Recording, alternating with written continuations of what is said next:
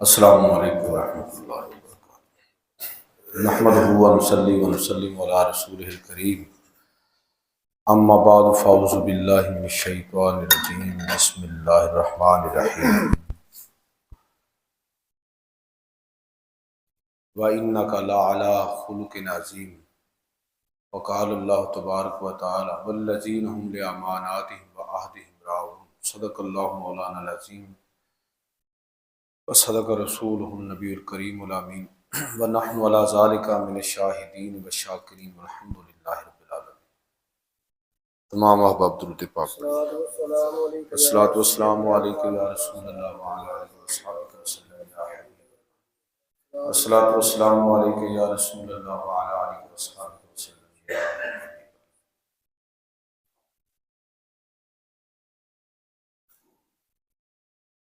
انتہائی قابل احترام سامعین و حاضرین، اللہ کے فضل و توفیق سے جو موضوع ہمارا چل رہا ہے اسی حوالے سے مزید چند باتیں آپ کی خدمت میں عرض کرنا چاہتا ہوں۔ پچھلے جمعہ المبارک کو اسلامی اخلاقیات کے اس پہلو سے ہم نے اپنی گفتگو کا آغاز کیا تھا کہ وہ اخلاقی اوصاف جو انسان کی پرسنالٹی جس سے بنتی ہے، ایسے محاسن اخلاق کے اگر انسان کے کردار کا وہ حصہ نہ ہوں تو صحیح پوچھیں تو وہ انسان ہی شاید کہلانے کا حقدار نہ ہو۔ ان میں سے ایک کے بارے میں پچھلے جمعے عرض کیا، سچائی، اور اسی موضوع کو مزید آگے بڑھائیں گے کہ مزید کون سے وہ اوصاف ہیں۔ ان میں سے ایک دو کا آج ذکر کروں گا۔ قرآن پاک کی آیت میں نے آپ کی خدمت میں تلاوت کی ہے۔ اللہ رب العزت اہل ایمان کا تذکرہ کرتے ہوئے ارشاد فرماتا ہے، ایک جگہ یہ فرمایا کہ وَلْيَعْفُوا وَلْيَصْفَحُوا، چاہیے کہ معاف کرو، چاہیے کہ درگزر کرو۔ اس کا مطلب یہ ہوا کہ ایک متوازن شخصیت، ایک با اخلاق اور با کردار شخص کون کہلائے گا؟ جو اس خدائی ہدایت پر عمل پیرا ہوگا اور اپنے کردار کا اس چیز کو حصہ بنائے گا کہ لوگوں کو معاف کرے۔ ہے مشکل، لیکن میں اکثر ایک جملہ دہرایا کرتا ہوں کہ اگر آپ یہ دیکھنا چاہتے ہیں نا کہ کون شخص کتنا بڑا ہے، ہم اصل میں بڑا دیکھتے ہیں کہ جس کے پاس زمینیں زیادہ ہوں، جائیدادیں زیادہ ہوں، پیسہ زیادہ ہو، مال و دولت زیادہ ہو، لیکن خدا اور رسول کی نگاہ میں بڑا کون ہے، یعنی بزرگ کون ہے، اللہ کے ہاں مقام اور مرتبے والا کون ہے؟ تو فرمایا کہ یہ سورہ نور کی آیت نمبر 22 ہے، فرمایا کہ وَلْيَعْفُوا وَلْيَصْفَحُوا، چاہیے کہ معاف کرو، چاہیے کہ درگزر کرو۔ اَلَا تُحِبُّونَ أَن يَغْفِرَ اللَّهُ لَكُمْ وَاللَّهُ غَفُورٌ رَحِيمٌ، کیا تم اس بات کو پسند نہیں کرتے کہ تم لوگوں کو معاف کرو اور اللہ تعالیٰ تم کو معاف کر دے؟ واللہ غفور رحیم، اور اللہ تعالیٰ بخشنے والا اور مہربان ہے۔ بندے کی بزرگی، اس کے بڑا ہونے کا خدا و رسول کی نگاہ میں عظیم ہونے کا معیار قرآن نے کیا ذکر کیا ہے کہ جو جتنا زیادہ دوسروں کو معاف کرنے والا ہے، درگزر سے کام لینے والا ہے، تحمل اور بردباری اس کی شخصیت کا حصہ ہے، اس کی جو پرسنالٹی ہے، جن بنیادی جواہر سے مزین ہوئی ہے، اس میں دیکھا جائے گا کہ وہ دوسروں کو معاف کتنا کرتا ہے۔ جتنا کوئی کسی کو معاف کرتا ہے اتنا ہی وہ بڑا ہے۔ ہم چونکہ چھوٹے لوگ ہیں تو بدلہ لینے پر تل جاتے ہیں، لیکن جو بڑے ہیں، اللہ سب سے بڑا ہے، تو اللہ تعالیٰ سب سے زیادہ معاف کرنے والا ہے، رحمان ہے، رحیم ہے، غفور ہے اور مہربان ہے۔ یہ اس کے اوصاف ہیں۔ اور اللہ کے بعد سب سے بڑا اس کائنات میں وہ اللہ کے پیغمبر، اور پیغمبروں میں سب سے بزرگ اور برتر آخری پیغمبر محمد رسول اللہ صلی اللہ علیہ وسلم۔ اور آپ دیکھیے کہ جو معاف کرنے کی اخیر نبی صلی اللہ علیہ وسلم نے کی ہے، بس تاریخ ہی اس کو محفوظ کیا ہے، تاریخ نے، اس میں انسانی تاریخ میں ایسی کوئی دوسری شخصیت نہیں ملتی کہ سب سے بڑھ کر اللہ کے بعد، اللہ رب العزت کے بعد سب سے بڑھ کر جو ہے وہ نبی کریم صلی اللہ علیہ وسلم نے لوگوں کو معاف کیا۔ لوگوں نے آپ کو تکلیفیں دی، اذیتیں دی، طعن و تشنیع، طنز کیا، استہزاء اڑایا، سب کچھ کیا، لیکن اللہ کے رسول صلی اللہ علیہ وسلم نے ہمیشہ اپنے رویے کے اندر نرمی کا پہلو اس کو غالب رکھا، رحمت بن کر رہے، درگزر سے کام لیا، تحمل کا مظاہرہ کیا۔ تو نبی کریم صلی اللہ علیہ وسلم کی شخصیت کا یہ خاص جوہر ہے۔ آج جو ہمارے سماجی رویوں کے درمیان جو عدم برداشت پائی جاتی ہے، تو کاش ہم غلامی رسول کا یہ مطلب نکالیں کہ ہم اپنے پیغمبر کے رستے پر چلتے ہوئے کوشش کریں گے کہ زیادہ سے زیادہ درگزر سے کام لیں، زیادہ سے زیادہ معافی سے کام لیں، اس لیے کہ میں اور آپ ہم سب چاہتے ہیں کہ اللہ تعالیٰ ہمیں معاف کرے۔ یہی دن رات دعائیں کرتے ہیں، یا اللہ معاف کر دے، استغفر اللہ استغفر اللہ۔ میں اللہ سے معافی کا طلبگار ہوں، اللہ سے رحم کا، بخشش کا طلبگار ہوں۔ تو اس کا طریقہ اللہ تعالیٰ نے بیان فرما دیا کہ ٹھیک ہے، میں تمہیں معاف کرتا ہوں، تم پر رحم کرتا ہوں، تم پر مہربانی کرتا ہوں، تو ایسا ہے کہ تم میری مخلوق پر مہربان ہو جاؤ، تم اہل زمین پر مہربانی کرو گے، آسمانوں والا تم پر مہربان ہو جائے گا۔ یہ ہے پورا خلاصہ اس پورے موضوع کا اور گفتگو کا، کہ اگر انسان اس اعلیٰ اخلاقی قدر کو اپنا لے تو گویا کہ اللہ تعالیٰ کی رحمت کا اور مغفرت کا مستحق بن جاتا ہے۔ ظاہر ہے کہ ہم سب یہی چاہتے ہیں، تو میرے بھائیو طریقہ بھی اس کا اللہ تعالیٰ نے ہمیں بیان فرمایا۔ بس لوگوں کو بعض دوست مسئلہ بھی پوچھتے ہیں کہ کئی دفعہ اس طرح ہوتا ہے کہ رشتہ دار ہی زیادتی کیے جا رہے ہوتے ہیں، کتنا کو معاف کریں، حق بھی دبایا ہوا ہے، پھر زیادتی کرتے ہیں، تو ابھی پچھلے دنوں کو دوست مجھے ایسا ہی سوال کر رہا، تو میں نے اس سے کہا کہ دیکھیں، مجھے اور آپ کو اللہ تعالیٰ نے یہ سمجھ دے دی ہے، تو کم از کم آخری درجے میں بھی اگر ہماری بس ہو جائے تو کم از کم اتنا ہی ہم کر لیں کہ ان کی زیادتیوں کو جس درجے برداشت کر سکتے ہیں برداشت کریں، اور اپنی طرف سے کوئی زیادتی نہ کریں، کم از کم اتنا کر لیں۔ اگر ہم کو بہت زیادہ مہربانی کرنے کی پوزیشن میں نہ بھی ہوں، تو کم از کم یہ ہے کہ اس معاملے کے اندر خاموشی اختیار کی جائے، درگزر سے کام لیا جائے، جتنا ممکن ہے، اس لیے کہ اللہ تعالیٰ سے جب ہم یہ مغفرت کے طلبگار ہیں، تو پھر رب تعالیٰ نے بھی ہمیں ایسی آزمائش میں ڈالا ہے کہ لو پھر تم بھی معاف کرو۔ ظاہر ہے ہم اپنی اوقات کے مطابق لوگوں کو معاف کریں گے، اور اللہ تعالیٰ اپنی شان کے مطابق ہمیں معاف فرمائے گا۔ نبی کریم صلی اللہ علیہ وسلم کی سیرت کو دیکھیں، آپ شیب ابی طالب کے اندر کس طرح لوگوں نے اعلان نبوت کے بعد آپ کے ساتھ کس طرح کا رویہ اختیار کیا، اس پر دیکھیں۔ درگزر رشتہ دار ہیں، خاندان کے لوگ ہیں، ابو لہب جیسا شخص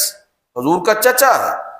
لیکن اس کا رویہ دیکھیے کیا ہے۔ اللہ کے نبی صلی اللہ علیہ وسلم درگزر سے کام رہے، نظر انداز کر رہے ہیں، اللہ تعالیٰ نے اس کا جواب دیا۔ نبی صلی اللہ علیہ وسلم نے درگزر سے ہی کام لیا، اور اہل مکہ اور قریش کے ظلم کی انتہا یہ ہوئی کہ 3 سال کی محصوری کا سامنا کرنا پڑا نبی کریم صلی اللہ علیہ وسلم اور آپ کے خاندان کو۔ شیب ابی طالب کے اندر وہ ایک گھاٹی جو تھی وہاں پر محصور ہو گئے، سوشل بائیکاٹ ہو گیا 3 سال کا عرصہ۔ پھر بھی نبی کریم صلی اللہ علیہ وسلم نے کوئی بد دعا نہیں کی، بلکہ لوگوں کے لیے آپ بخشش کی، مغفرت کی دعائیں کرتے رہے، اور ان کو دین کی طرف متوجہ کرتے رہے۔ وہاں سے لکھنے اور طائف کی طرف گئے، اور جو سلوک وہاں پر ہوا، جبریل امین اللہ کی طرف سے یہ پیغام لے کر آ گئے کہ جو انہوں نے ظلم کیا ہے، اے پیغمبر صلی اللہ علیہ وسلم، اگر آپ چاہیں تو یہ طائف کی وادی کو صفحہ ہستی سے مٹا دیا جائے، یہ پہاڑ ہی ان پر الٹ دیا جائے، لیکن اللہ کے پیغمبر صلی اللہ علیہ وسلم وہاں پر بھی آپ نے نرمی اور برداشت سے کام لیا۔ یہ سیرت ہے ہمارے پیغمبر صلی اللہ علیہ وسلم کی۔ وہی لوگ تھے کہ 13 سال مکہ کے اندر حضور کی مخالفت کرتے رہے، ہجرت کے بعد بھی پیچھا نہیں چھوڑا، مدینہ پہنچ گئے اور مسلسل تگ و تاز میدان جنگ سجا رہا، اور پھر اللہ کے پیغمبر صلی اللہ علیہ وسلم کو اللہ تعالیٰ نے غلبہ بھی عطا فرما دیا۔ اب 13 اور 8 ہجری میں یہ مکہ فتح ہوا، 13 اور 8 21 سال، 21 سال کی مسلسل ایک کشمکش ہے جس میں کتنے ہی ساتھی اللہ کے پیغمبر نے کھو دیے، شہید ہو گئے، کتنے رشتے جو ہیں وہ متاثر ہوئے، کیا کچھ نہیں ہوا۔ اور پھر جو غلبہ ملا ہے تو وہ بھی کوئی ایسا رضا و رغبت نہیں، بلکہ پوری طاقت کے ساتھ اللہ کے پیغمبر صلی اللہ علیہ وسلم نے غلبہ حاصل کیا، مکہ فتح ہوا۔ لیکن اس کے بعد بھی دیکھیے کہ جب اللہ کے نبی صلی اللہ علیہ وسلم، بعض لوگ سوچ رہے تھے کہ اب شاید آج تلواریں نکلیں گی اور گردنیں جو ہیں اڑیں گی، لیکن اللہ کے پیغمبر صلی اللہ علیہ وسلم نے اس وقت بھی یہ تاریخی جملہ ارشاد فرمایا کہ دنیا آج بھی حیران ہے کہ 21 سال کی زبردست کشمکش کے بعد اگر کوئی شخص اپنے دشمن پر غالب آئے تلوار کے ذریعے اور وہ بغیر بدلہ لیے صرف یہ کہہ دے کہ اذهبوا وانتم طلقاء، جاؤ میری طرف سے آج تم سب آزاد ہو، میں کوئی بدلہ نہیں لے رہا، یہ کہنے کو بڑا آسان ہے۔ آپ ذرا ہم اپنے آپ پر ذرا غور کریں نا، اور اپنے ماحول پر دیکھیں تو اگر اتنا حوصلہ ہو تو یہ یقین کریں خاندانوں کے اندر بٹوارے جو ہے یہ ختم ہو جائیں، لوگوں کے اندر اگر لوگوں کے اندر یہ برداشت آ جائے، تحمل آ جائے، بردباری آ جائے، عفو درگزر آ جائے، تو یہ خاندانوں کے اندر تلخیاں ختم ہو جائیں۔ یہ جو سوسائٹی کے اندر عدم برداشت ہے یہ ختم ہو جائے، لوگ ایک دوسرے کو معاف کرنا سیکھیں۔ بدقسمتی سے مثالیں آج کے دور میں، یا ہمیں عہد رسالت میں جانا پڑتا ہے، یا آج کے دور میں اگر کوئی مثال لینی پڑتی ہے تو پھر کہیں اور سے لینی پڑتی ہے۔ آپ سے سنا ہوا ہے کہ جاپان میں لوگوں کے سماجی رویے کی غلطی جس سے بھی چاہے ہو جائے، دونوں جھک کے ایک دوسرے کو معاف کرتے ہیں۔ یہی وجہ ہے کہ سالہ سال کے اندر بھی لوگ قتل و غارت کا شاذ ہی کوئی ایسا واقعہ سنتے ہیں اور دیکھتے ہیں، بلکہ ایک رپورٹ میں نے پڑھی کہ غالباً پچھلے کئی دہائیوں سے کوئی قتل ہی نہیں ہوا جاپان کے اندر۔ ایسی اخلاقی قدر انہوں نے اپنائی، سماجی استحکام، یعنی خاندانی استحکام، سماجی استحکام، اور پوری ایک تہذیب ایک ایسے ماحول کے اندر پروان چڑھ رہی ہے جس میں لوگ ایک دوسرے کو معاف کرتے ہیں، ایک دوسرے سے درگزر کرتے ہیں۔ یہ تعلیم ہمارے پیغمبر کی ہے، یہ ہمارے پیغمبر نے ہم کو سکھایا ہے۔ تو میرے بھائیوں، میں جو موضوع ہمارا چل رہا ہے تسلسل کے ساتھ، کہ دین جو ہے یہ سماجی رویوں کے اندر بہتری کا نام ہے۔ لوگوں کو اگر یہ بات سمجھ آ جائے، لوگوں نے سمجھ لیا کہ چند رسومات ہیں ان کو ادا کر لیں، اور کچھ عبادت ہے، نماز، روزہ، زکوٰۃ، حج، کو اس طرح کے کام کر لیں تو بندہ مسلمان ہو جاتا ہے۔ یہ مسلمان ہونے کی نشانیاں ہیں۔ 90% دین کا تعلق ہمارے سماجی رویوں کے ساتھ ہے۔ اگر ہمارا سوشل کنڈکٹ جو ہے وہ بہتر نہیں ہوا تو اس کا مطلب یہ ہے کہ دین ہم پر اترا ہی نہیں ہے، دین ہم پر نازل ہی نہیں ہوا۔ اگر ہمارے جسم، ہمارے اخلاقی وجود کے اندر کوئی تبدیلی نہیں آئی تو اس کا مطلب یہ ہوا کہ دین نے ہمارا کچھ نہیں بگاڑا۔ تو ایسا دین محض رسم و رواج، اس سے بڑھ کر اس کی کوئی حیثیت نہیں۔ تو میں یہ عرض کر رہا ہوں کہ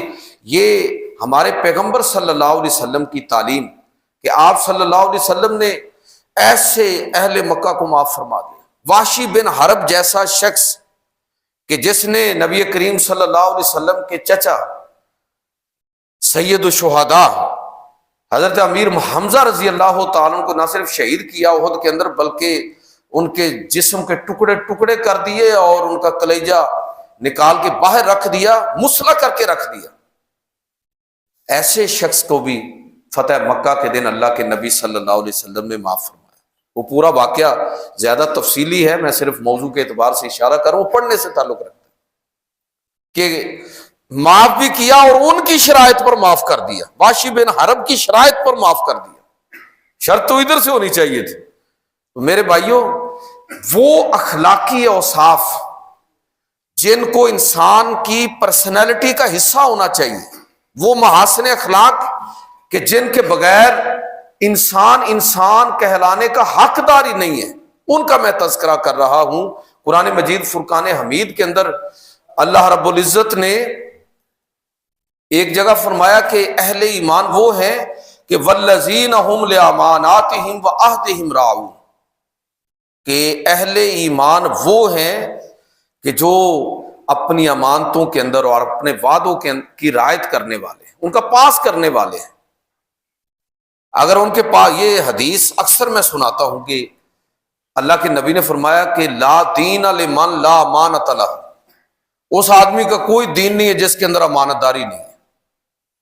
لا دین لمن لا عہد لہ، اس آدمی کا کوئی دین نہیں ہے جس کے اندر ایفاء عہد نہیں ہے۔ آپ ذرا اندازہ فرمائیں کہ انسانی پرسنالٹی، باہمی لین دین، باہمی تعلقات، وہ کن اوصاف سے پہچانے جائیں گے؟ بندے کی صحیح پہچان کس سے ہوگی؟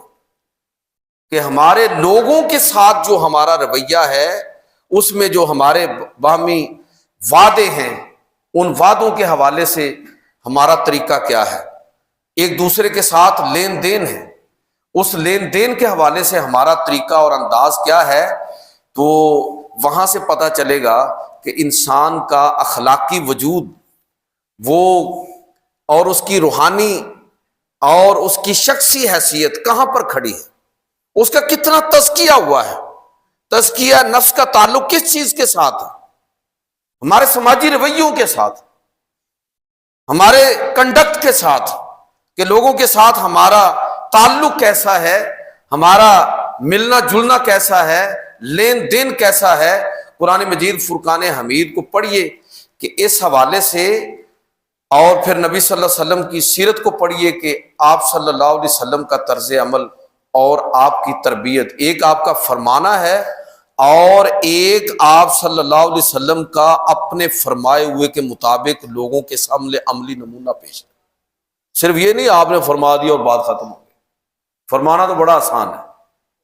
لیکن نبی کریم صلی اللہ علیہ وسلم نے اپنے فرمائے ہوئے پر کس طرح عمل کیا ہے۔ قرآن مجید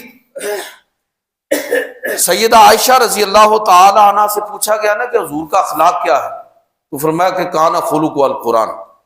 بس حضور چلتا پھرتا قرآن تھے۔ آپ قرآن مجید کو پڑھیں اور آپ رسول خدا صلی اللہ علیہ وسلم کی زندگی کو دیکھیں، آپ کو دونوں کے اندر موافقت نظر آئے گی۔ اسی لیے قرآن کہتا ہے لقد کان لکم فی رسول اللہ اسوۃ حسنہ، اے لوگو تمہارے لیے رسول اللہ صلی اللہ علیہ وسلم کی زندگی میں بہترین نمونہ ہے۔ وہ نمونہ ہر اعتبار سے ہے کہ اگر آپ امانت اور دیانت کے حوالے سے دیکھیں تو غزوہ خیبر کے موقع پر ایک چرواہا کہہ لیجیے،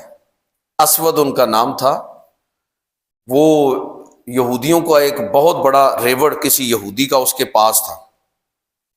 ابھی اللہ کے نبی صلی اللہ علیہ وسلم خیبر کو فتح نہیں کیا، وہ باہری چرواہا ریوڑ سمیت مل گیا، گفتگو ہوئی،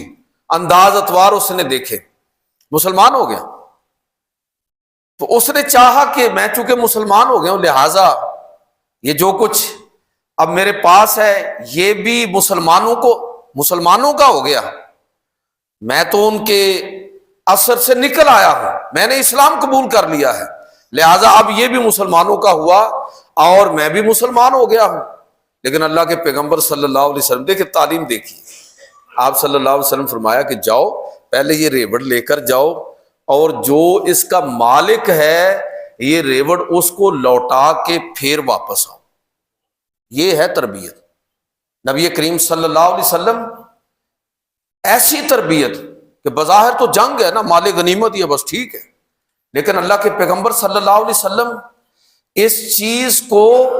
امت کے لیے مثال بنا رہے ہیں کہ تمہارا رویہ، تمہارا ایمان جو ہے وہ تمہارے امانت داری کے رویے سے پہچانا جائے گا۔ بس اوقات لوگ اس چیز کو اتنا ہلکا لے لیتے ہیں. پچھلے جمعے بھی میں نے یہ حدیث سنائی تھی آپ کو, آج بھی اس حوالے سے اس حدیث کے اندر یہ چیز بھی ہے. 4 چیزیں اللہ کے نبی نے فرمائی, بعض روایتوں میں 3, کہ جس آدمی کے اندر یہ وصف پائے جائیں, چاروں کے چاروں پائے جائیں تو پکا منافق ہے. اگر کوئی ایک پایا جائے تو اس میں منافقت کی نشانیوں میں سے ایک نشانی پائی گئی, حتیٰ کہ وہ اس کو چھوڑ دے. وہ 4 چیزیں کیا ہیں؟ نبی کریم صلی اللہ علیہ وسلم نے فرمایا کہ جب اس کے پاس امانت رکھی جائے تو اس میں خیانت کرے, اور جب گفتگو کرے تو جھوٹ بولے, اور جب کوئی وعدہ کرے تو وعدہ خلافی کرے, اور جب گفتگو اور جب کسی کے ساتھ محو کلام ہو تو اس میں گالی گلوچ سے کام لے. فرمایا کہ جس میں یہ 4 چیزیں پائی گئیں بیک وقت منافق, پکا منافق ہے. اور جس میں کوئی ایک ہے تو منافقت کی نشانیوں میں سے اس میں نشانی پائی گئی, حتیٰ کہ وہ اس چیز کو چھوڑ دے اور اس سے باز آ جائے, توبہ کر لے. تو میرے بھائیوں, کہنے کا مطلب یہ ہے کہ انسان کا اس کا جو اخلاقی وجود ہے وہ جن اوصاف سے تشکیل پذیر ہوتا ہے اس میں امانت داری. اللہ کے پیغمبر صلی اللہ علیہ وسلم نے ایک موقع پر فرمایا اپنے رازدان حضرت تمیم داری رضی اللہ تعالیٰ سے قیامت کی نشانیاں بیان فرمائی, تو اس میں یہ بھی آپ نے بیان فرمایا کہ ایک دور ایسا آئے گا کہ ایک شخص امانت داری کا وصف لے کر سوئے گا, اٹھے گا تو امانت داری نصف رہ جائے گی, اور پھر کسی اور موقع پر وہ محض ایک آبلے کی حیثیت اس کی رہ جائے گی کہ جس کے اندر کچھ نہیں ہوتا, ویسے وہ اٹھا ہوا ہوتا ہے. اور پھر اس کی حالت یہ ہوگی کہ وہ اٹھے گا اور امانت داری کا نام و نشان بھی نہیں ہوگا. قیامت قائم ہوگی جب لوگوں کے اندر بے ایمانی اس حد تک سرایت کر جائے گی کہ لوگ بے ایمانی کو, دھوکے کو, فریب کو کچھ سمجھیں گے نہیں. آج کل ایک ہمارے ہاں بھی لفظ استعمال ہوتا ہے, اللہ کا شکر ہے کہ ابھی شاید حالات اتنے بھی خراب نہیں ہیں, ہماری بہت ساری اخلاقی کمزوریوں کے باوجود بہت لوگ ہیں جو آج بھی امانت داری پر کبھی بھی کمپرومائز نہیں کرتے. لیکن کئی لوگ آپ دیکھیں گے کہ اس طرح کی حرکت کرنے والوں کو کہتے ہیں جی فلاں آدمی بڑا سمارٹ ہے, یعنی چاتر ہے. ذرا تھوڑا سا سخت لفظ ہے, تو اصلاً تو وہ چاتر ہے نا, لیکن ہم اس کو چاتر اور شاتر کہنے کی بجائے کہتے ہیں جی بڑا سمارٹ ہے, جی مطلب یہ کہ بڑا کمپیٹنٹ ہے. تو جو لفظ آپ بے شک استعمال کرتے رہیں, لیکن ایسا شخص جو دوسروں کو دھوکہ دینے میں بڑا تیز ترار ہو, بے ایمان ہے. اللہ کے نبی نے جب فرما دیا کہ لا دین لمن لا امانت لہ, اس آدمی کا کوئی ایمان نہیں ہے جس کے اندر امانت داری نہیں ہے. اور امانت داری میں عرض کرتا ہوں کہ کسی سے بھی غلطی ہو سکتی ہے, امانت میں خیانت کسی سے بھی ہو سکتی ہے, لیکن یہ ممکن نہیں ہے کہ ایک بندہ ہمیشہ ہی اسی وصف پر قائم رہے. اس لیے کہ بندہ مومن سے غلطی ہوگی, وہ رجوع کرے گا, توبہ کرے گا, تلافی کرے گا, اللہ کے حضور حاضر ہو جائے گا. لیکن ایک آدمی ساری زندگی اسی طرح گزارتا ہے. اللہ کا گناہ گار ہونا یہ اور چیز ہے, اور اللہ کا باغی ہونا اور چیز ہے. ایسا شخص کہ جو پوری زندگی خدا اور رسول کا باغی ہو کر بسر کرتا ہے, وہ اپنی خیر منائے, بے شک نام اس کا مسلمانوں جیسا ہی کیوں نہ ہو اور مسلمانوں کے قبرستان میں کیوں نہ دفن ہو. لیکن اگر اس نے اسی طرح بغاوت کے انداز میں اپنی پوری زندگی بسر کی ہے تو پھر وہ تیار ہو جائے. یہ دین اور اس دین کا پیغام کہ انسان اس دنیا کے اندر آزمائش میں ڈال کر بھیجا گیا ہے, اس آزمائش پر اس نے ہر حال میں سرخرو ہونا ہے. اپنی ساری کمزوریوں کے اعتراف کے باوجود اس نے کوشش کرتے رہنا ہے. بس اسی کوشش کا نام بخشش ہے. بندہ کوشش کرتا رہے, کمی بیشی ہوتی رہے گی, لیکن وہ کوشش کرے گا, ہمیشہ خبردار رہے گا. ایسا شخص گناہ گار جس کو اللہ کی طرف سے بخشش کا, مغفرت کا وعدہ بھی ہے, جس کو خدا اور اللہ کے رسول صلی اللہ علیہ وسلم کی طرف سے شفاعت بھی حاصل ہوگی, گناہ گار کے لیے۔ لیکن جس شخص نے بغاوت میں زندگی بسر کی، بس پوری زندگی ایک ہی سٹائل کے اندر گزر گئی ہے اور پرواہ نہیں کی، تو ایسا شخص خدا کا باغی شمار ہوگا۔ یہ حدیث پاک سنیے کہ اللہ کے پیغمبر صلی اللہ علیہ وسلم نے ایک پورا واقعہ ہے، اس کے تناظر میں یہ ارشاد فرمایا۔ حضرت ابو ہریرہ رضی اللہ تعالیٰ عنہ یہ اس حدیث کے راوی ہیں کہ ایسے ہی ظاہر ہے کہ جب اسلامی لشکر روانہ ہوتا تھا تو اس میں آپ کو پتہ ہے کہ منافقین بھی حضور کے پیچھے نماز پڑھ لیتے تھے، جمعے بھی پڑھ لیتے تھے، اس لیے کہ جانتے تھے کہ اگر نماز نہ پڑھی تو مسلمان شمار ہی نہیں ہوں گے، جہاد میں شرکت نہ کی تو مسلمانوں میں ہمارا شمار ہی نہیں ہوگا، تو بظاہر مسلمانوں میں شمار ہونے کے لیے وہ جہاد کے لیے بھی نکل کھڑے ہوتے تھے۔ اور ایسے ہی لوگوں سے بسا اوقات خیانت اور بددیانتی بھی ہو جاتی تھی۔ ایسے ہی ایک موقع پر جب کسی شخص نے اس طرح کی حرکت کی تو اللہ کے رسول، یہ صحیح بخاری کے اندر کتاب الجہاد کے اندر یہ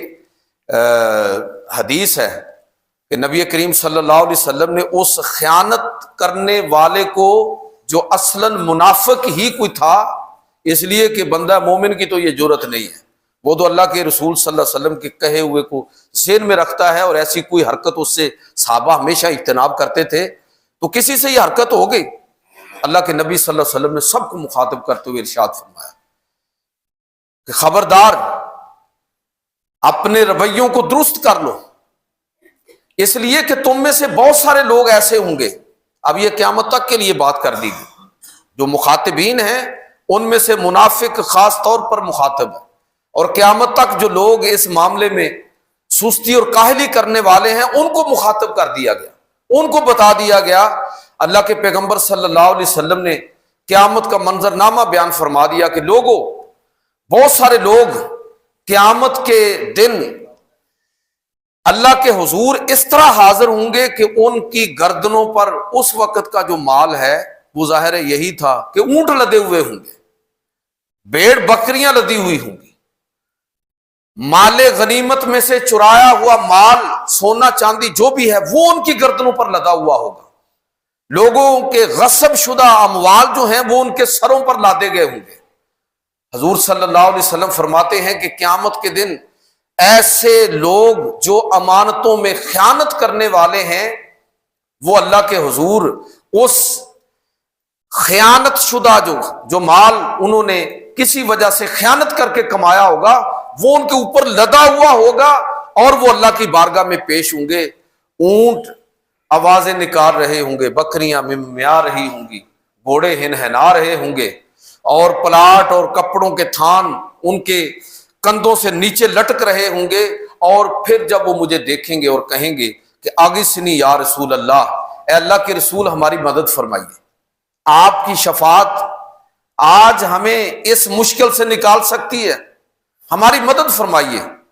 اللہ کے رسول صلی اللہ علیہ وسلم فرماتے فَأَقُولُ، میں ان سے کہوں گا لا أَمْلِكُ لَكَ شَيْئًا قَدْ أَبْلَغْتُكَ، میں آج تمہارے لیے کسی چیز کا مالک نہیں ہوں، میں نے تم تک بات پہنچا دی تھی۔ اعلیٰ حضرت بڑی خوبصورت بات ان کی کہ آج لے ان کی پناہ، آج مدد مانگ ان سے، کل نہ مانیں گے قیامت میں گر مان گیا، کل شاید انسان راضی ہو جائے، سب کچھ تو نظر آ جائے گا، لیکن اللہ کے رسول صلی اللہ علیہ وسلم کی شفاعت کن کے لیے ہوگی؟ گناہ گاروں کے لیے ہوگی۔ باغیوں کے بارے میں اللہ کے رسول اعلان کر کے جا رہے ہیں، وہ جنہوں نے ساری زندگی بغاوت کے اندر بسر کی ہے، وہ اللہ کے رسول صلی اللہ علیہ وسلم سے کوئی امید نہ رکھے۔ امید گناہ گاروں کے لیے ہے، باغیوں کے لیے نہیں ہے، جنہوں نے نہ خدا کی کسی بات کو اہمیت دی، نہ ساری زندگی پیغمبر صلی اللہ علیہ وسلم کے کہے ہوئے کا پاس رکھا۔ تو ایسے لوگ بے شک وضاقتہ میں، نام میں، اور مسلمانوں کے قبرستان میں دفن ہوئے، سب کچھ ہوگا، لیکن اللہ کے رسول صلی اللہ علیہ وسلم ان کی شفاعت سے انکار فرما دے۔ تو میرے بھائیو، آج سنبھلنے کا موقع ہے۔ اللہ کے رسول صلی اللہ علیہ وسلم بار بار اس چیز کی ہدایت کر کے رخصت ہوئے ہیں۔ تو میں یہ عرض کر رہا ہوں کہ یہ اللہ کے نبی صلی اللہ علیہ وسلم یہ تربیت ہمیں دے کر گئے کہ ہمارا اخلاق جن اوصاف کے ساتھ مزین ہونا چاہیے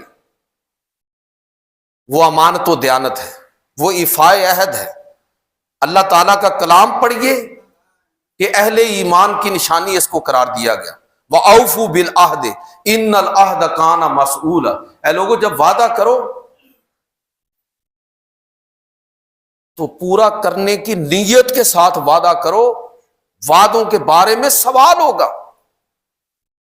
یہ 1-1.5 2 سال پہلے کی بات ہے، ادھر تاج مسجد میں جمعے کے خطبے کے بعد باہر نکلا تو ایک نوجوان میرے پاس آیا، مجھے کہنے لگا کہ حضرت مجھے کوئی یہ تعویذوں والا بھی عجیب و غریب ہی کلچر لوگوں نے اپنا لیا، جس طرح ہم یہ کرتے ہیں نا کہ زیادتی کسی کے ساتھ کرتے ہیں اور معافی اللہ تعالیٰ سے طلب کرتے ہیں، جس سے زیادتی کی ہے نا آپ اس سے معافی مانگیں۔ ایک آدمی کا حق کھا لیا ہے اور جا کے ادھر بیت اللہ کے اندر رو رو کے دعائیں کر لی، یا اللہ معاف فرما، بھائی ادھر جا کے معافی مانگو نا، اللہ تعالیٰ تمہیں اس کی طرف بھیج رہا جس کے ساتھ تم نے زیادتی کی ہے۔ تو مجھ سے کہنے لگا کہ کوئی تعویذ بتا دے، میرے اوپر قرض بہت ہے۔ تو میں نے کہا کہ میں آپ کو ایک تعویذ بتاتا ہوں، آپ نے نا بس اس کو پکا کر لینا ہے۔ اس نے کہا بتائیے۔ میں نے کہا کہ آپ ابھی اسی وقت مسجد میں ہم کھڑے تھے، ابھی نیت کریں کہ اے میرے رب میں ابھی اس چیز کی نیت کرتا ہوں کہ جو میں نے قرض اٹھایا ہوا ہے میں اس کو ادا کرنے کی جو بھی انسانی کوشش ہو سکتی ہے میں اس کی نیت کرتا ہوں، اللہ تعالیٰ تیرا سارا قرض اتارنے کا اہتمام فرما دے گا، اللہ تجھے ایسی توفیق دے گا، تجھے ایسی برکت دے گا کہ تیرا قرض اتر جائے گا۔ اچھا کچھ سال 1.25 سال کے بعد وہ نوجوان پھر مجھے ملا، کہنے لگا میں تو بھول گیا تھا، مجھے تو نہیں یاد تھا کہ میں نے کس کو کہا ہے۔ اس نے پھر مجھے یاد دلایا، مجھے یاد آ گئی بات۔ مجھے کہنے لگا کہ میں نے آپ سے یہ پوچھا تھا اور آج میں آپ کو بڑے اطمینان قلب کے ساتھ یہ بتا رہا ہوں کہ اسی وقت جو میں نے نیت کی اللہ نے مجھے میرے کاموں میں ایسی برکت عطا فرمائی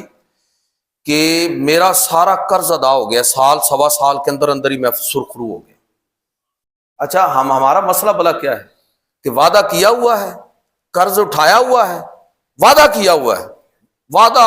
کرتے ہوئے قرض اٹھاتے ہوئے بے ایمانی ذہن میں ہے کہ کوئی نہیں دینا، دیکھی جائے گی۔ جب پہلے دن ہی ہماری نیت یہ ہوگی تو یہ ذہن میں رکھ لیں کہ اللہ کی توفیق بھی چلی گی، اسی وقت نیت کریں کہ یا اللہ مجھے مشکل میں نے ایسا کیا ہے، مجھے اس کی توفیق عطا فرمانا ہے، اس کی برکت نصیب فرمانا۔ ممکن نہیں ہے کہ بندہ جو ہے اس میں ناکام ہو جائے، اللہ تعالیٰ لازمی اس کو برکت نصیب فرماتا ہے۔ تو وعدہ جو ہم کرتے ہیں تو اگر پورا نہیں آدمی اس میں اتر سکتا تو اس کے پاس چلے جائیں جس کے ساتھ وعدہ کیا ہوا ہے۔ مت اپنے ذہن میں، ہم وعدہ کر کے بھول جاتے ہیں، نظر انداز کر دیتے ہیں اور پھر اس کا نتیجہ یہ نکلتا ہے کہ اللہ کی رحمت اور برکت ہم سے روٹ جاتی ہے۔ نبی کریم صلی اللہ علیہ وسلم کی پوری زندگی آپ دیکھیں، نبی صلی اللہ علیہ وسلم لوگوں کے ساتھ جو آپ صلی اللہ علیہ وسلم نے وعدے کیے آپ صلی اللہ علیہ وسلم نے ان کو پورا کیا۔ یہ بڑا مشہور واقعہ ہے، ایک صحابی عبداللہ ان کا نام، بعد میں وہ مسلمان ہوئے تو وہ یہ واقعہ اپنے قبول اسلام کے بعد بیان کیا کرتے تھے کہ اللہ کے نبی صلی اللہ علیہ وسلم کے ساتھ ایک دفعہ وعدہ کیا کہ میں ابھی آتا ہوں، بھول گیا، 3 دن بعد مجھے یاد ہے اور اللہ کے نبی آپ صلی اللہ علیہ وسلم آ رہے ہیں جا رہے ہیں اور ادھر ہی پھر رہے ہیں۔ 3 دن آپ صلی اللہ علیہ وسلم نے، ظاہر ہے وہاں سے آپ ادھر ادھر بھی ہوئے ہوں گے لیکن کسی کو متعین کر دیا ہوگا کہ یار میں نے وعدہ کیا ہوا ہے، اب ابھی تک وہ پہنچا نہیں ہے۔ تو 3 دن آپ صلی اللہ علیہ وسلم اسی جگہ پر مسلسل اس کے لیے انتظار فرماتے رہے، حالانکہ یہ انتظار اس طرح واجب نہیں تھا، لیکن اللہ کے نبی صلی اللہ علیہ وسلم نے ایک نمونہ پیش فرمایا کہ آپ کیے ہوئے عہد کو جب آپ نے فرما دیا کہ تم جاؤ میں ادھر ہی رکتا ہوں، تو اس کو پھر کس حد تک آپ نے اس کو پورا کرنے کی کوشش۔ اور نبی صلی اللہ علیہ وسلم آپ صحابہ کو بھی اس کی تربیت دیا کرتے تھے۔ آپ نے بڑا مشہور نام سنا، حضرت حذیفہ بن یمان، بیٹے سمیت مسلمان ہو گئے، قبیلہ بنو غطفان سے تعلق تھا۔ بدر کے میدان کی طرف اللہ کے نبی بڑھ رہے تھے، ادھر سے دشمن کا لشکر جرار 1000 کے لگ بھگ آ رہا ہے، ایک ایک بندے کی ضرورت ہے۔ یہ مسلمان ہو کے مدینہ کی طرف آ رہے تھے، رستے میں اس لشکر نے ان کو پکڑ لیا، شک ان کو ہو گیا کہ یہ مدینہ کی طرف جا رہے ہیں تو ہو سکتا ہے مسلمان ہو چکے ہوں یا مسلمان ہونے کے لیے جا رہے ہوں۔ بہرحال انہوں نے پکڑا اور اس وعدے کے ساتھ چھوڑا کہ اگر تمہیں چھوڑ تو رہے ہیں، لیکن اگر تم مدینہ بھی جاؤ تو یہ وعدہ کر کے جاؤ کہ مسلمانوں کی طرف ہمارے خلاف جنگ کے لیے نہیں آؤ گے۔ یہ حضور کی بارگاہ میں حاضر ہوئے، اسلام قبول کیا اور واقعہ بھی ساتھ ہی سنا دیا کہ اللہ کے رسول رستے میں اس طرح کا واقعہ پیش آیا اور ہم نے وعدہ کر لیا ہے۔ اب آپ ذرا صورتحال کو ذرا مد نظر رکھیں کہ صورتحال کس طرح کی ہے کہ ایک ایک بندے کی ضرورت ہے، 313 لوگ، اور دوسری طرف پورا لشکر جرار آ رہا ہے، اور ہے بھی میدان جنگ جس میں بہت ساری چیزیں اٹھ جاتی ہیں، اس کا حکم اس طرح باقی نہیں رہتا، لیکن اللہ کے نبی صلی اللہ علیہ وسلم اپنے ان دونوں صحابہ، باپ اور بیٹے کو بھی اور آنے والی امت قیامت تک سب کو تربیت کیا دے رہے ہیں۔ آپ صلی اللہ علیہ وسلم فرمایا کہ چونکہ تم نے ان سے وعدہ کیا ہے لہٰذا اب تم اپنے وعدے کو پورا کرو، تم ہمارے ساتھ جنگ میں شریک نہ ہو، اور نہیں شریک کیا۔ یہ ہے تربیت، یہ ہے اللہ کے نبی صلی اللہ علیہ وسلم نے جو لوگ تیار کیے۔ میں کہنا یہ چاہتا ہوں میرے بھائیوں کہ میرا اور آپ کا ایک یہ گوشت پوشت یہ وہ وجود ہے، ایک میرا اور آپ کا اخلاقی وجود ہے۔ یہ ہماری جو اسپرچول